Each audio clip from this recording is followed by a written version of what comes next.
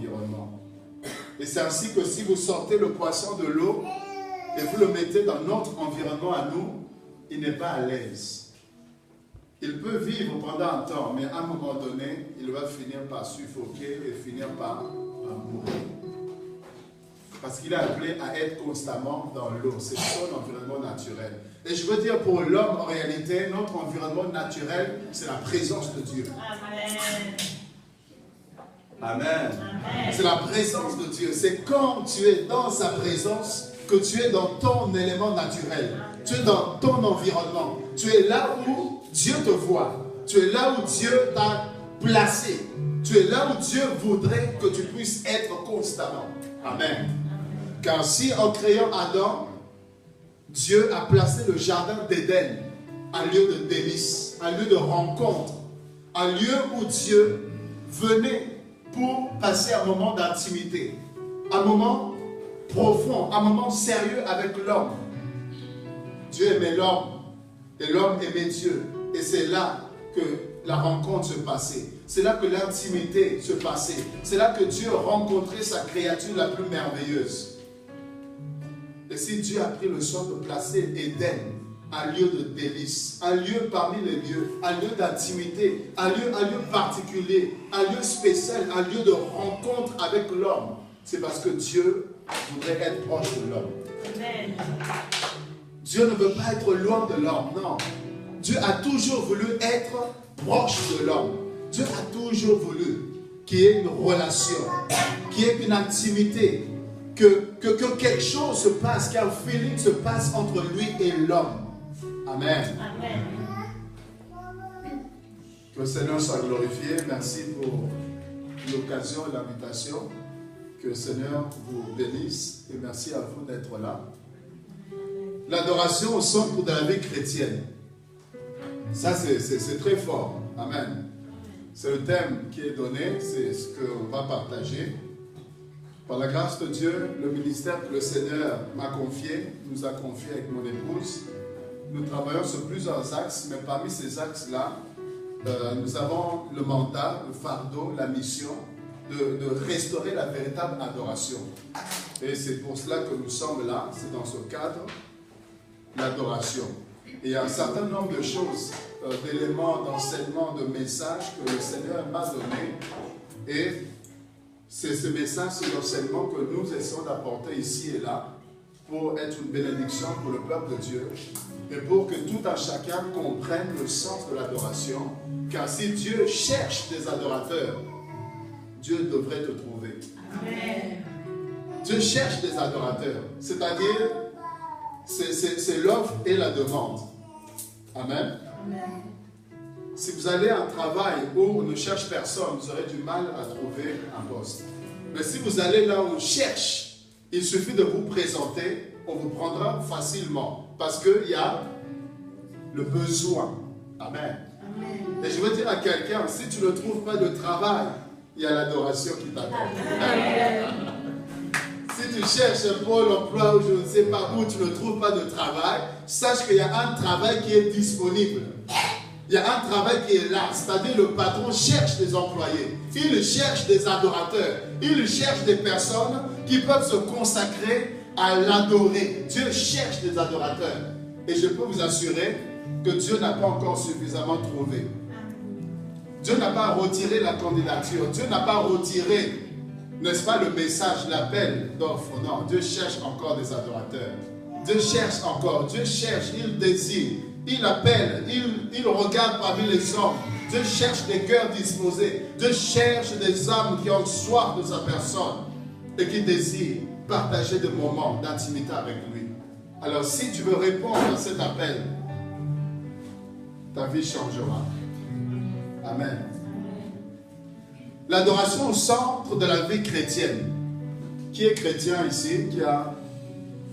Voilà, nous sommes tous chrétiens. Alors, nous parlons de l'adoration, n'est-ce pas, au centre de la vie chrétienne. Alors, qu'est-ce qu'on peut encore comprendre par ce thème-là? Qu'est-ce qu'on peut ressortir encore sur ce thème? L'adoration au centre de la vie chrétienne. Qu'est-ce qu'on peut comprendre? Qu'est-ce que ça sous-entend? Et j'ai réfléchi là-dessus Et il y a plusieurs éléments qui m'ont été inspirés que je vais partager avec vous. Oui, ce n'est pas un slogan en fait. L'adoration au centre de la vie chrétienne. Ce n'est pas un slogan ou juste un mot, non. Mais c'est très profond. Et ça ne se conjugue pas des lèvres, mais ça se vit dans la pratique. Amen. Amen. Alors, qu'est-ce qu'on peut comprendre par l'adoration au centre de la vie chrétienne? C'est-à-dire, tu es enfant de Dieu, tu es chrétien, et l'adoration doit avoir une place de choix. L'adoration doit avoir une place centrale, une place capitale dans ta vie. Qu'est-ce qu'on peut comprendre encore d'autre? Ou qu'est-ce que cela sous-entend? Ou qu'est-ce que cela implique? Premièrement, reconnaître et accepter que Dieu seul est digne de notre adoration. Je vous conseillerais de prendre des notes si vous avez la possibilité. Ça vous permettra, même après, de pouvoir reprendre ces notes et de replonger en profondeur de ces écritures, de ces enseignements. Car il vous sera difficile de ressortir en bloquant tout ce que je vais vous partager. Ça sera difficile. Même si vous êtes très doué, mais ce sera difficile. Donc je vous conseille vivement.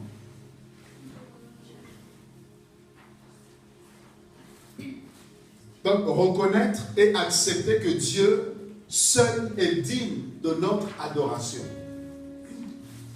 C'est-à-dire, je regarde parmi les hommes, je regarde parmi tout ce que le monde peut proposer. En fait, je ne vois pas, à part Dieu, qu'est-ce qui peut mériter mon adoration. Amen.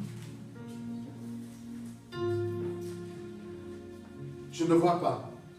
C'est-à-dire, les idoles ne sont que la création des hommes. Vous voyez, des statues que l'homme fabrique et l'homme se prosterne encore devant sa créature. Alors que Dieu est censé être le créateur et nous la créature. Mais l'homme fabrique des statuettes et il se prosterne devant ces statuettes. Ça, c'est la folie. Donc, je ne peux pas me prosterner devant une statue. Puisque j'existe même certainement avant la statue. C'est comme Israël, ils fabriquent un dieu, un veau d'or. Ils adorent le veau d'or, comme quoi que c'est le veau d'or qui les a fait sortir de l'Égypte. Alors qu'en Égypte, leur dieu, soi-disant, n'existait même pas encore.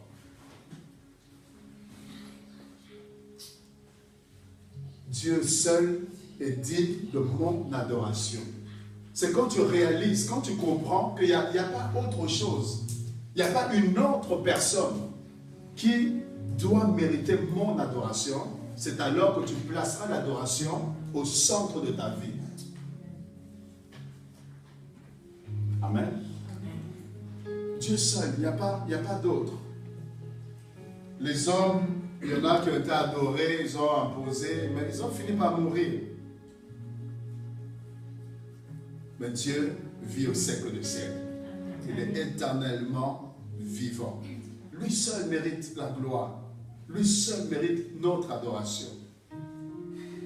Alors, autre chose. C'est céder le volant de sa vie. Pour que l'adoration soit au centre de ta vie, donc, c'est céder le volant de ta vie afin que Dieu occupe la place centrale.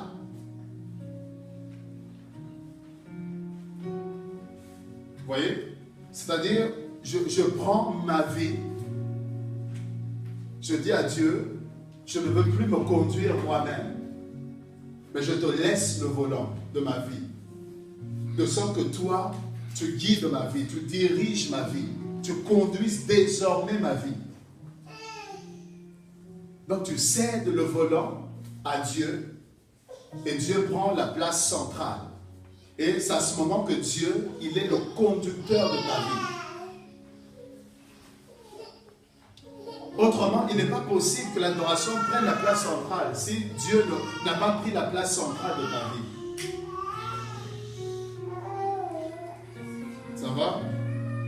comprenez ça? En fait, je refuse d'être moi-même. Mais je laisse Dieu me conduire, me diriger.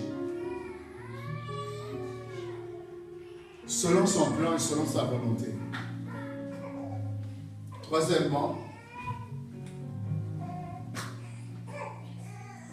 c'est se détourner. Se détourner du train de ce monde. Se détourner du train de ce monde.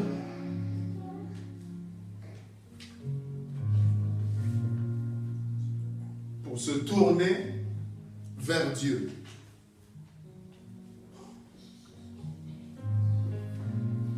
Se détourner du train de ce monde, se tourner vers Dieu et tourner son regard vers sa personne.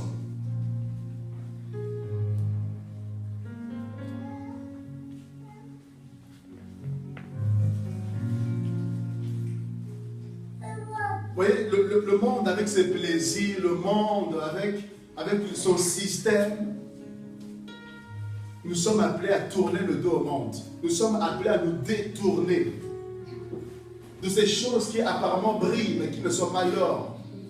De ces choses qui apparemment font plaisir mais qui emmènent en enfer. On est appelé à se détourner. Nous sommes dans le monde mais nous ne sommes pas du monde.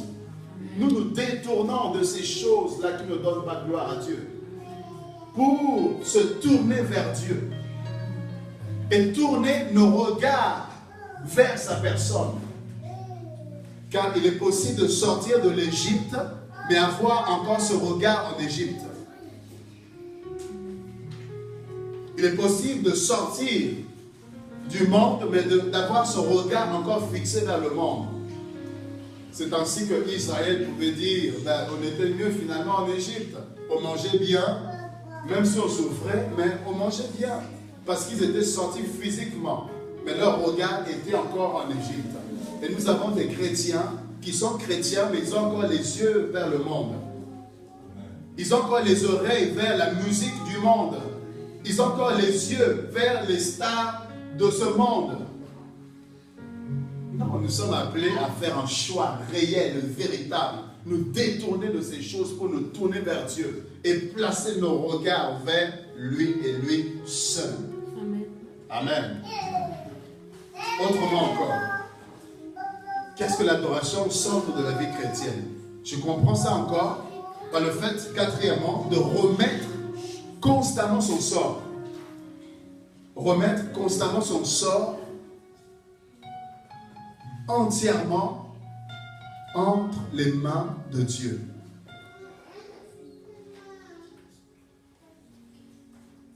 Vous voyez, c'est remettre constamment son sort et entièrement entre les mains de Dieu. C'est-à-dire, dans tout ce qui peut arriver à ma vie, dans tout ce que je peux traverser, dans tous les projets que je peux avoir, je me remets à Dieu. Je me remets à Dieu.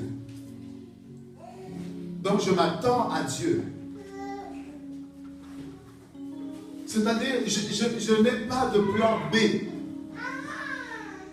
C'est-à-dire, Dieu, je n'ai que toi. Je n'ai pas d'autre. Je n'ai pas un plan B de sorte que si le plan A ne marche pas, alors j'ai le plan B. Non, je n'ai qu'un seul plan A. Il s'appelle Dieu.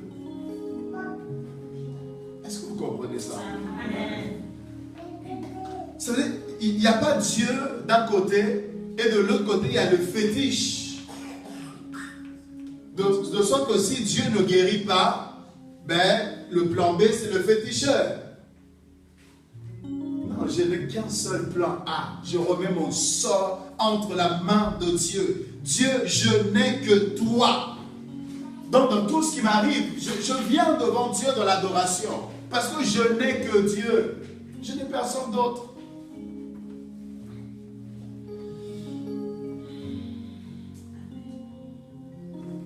Je n'ai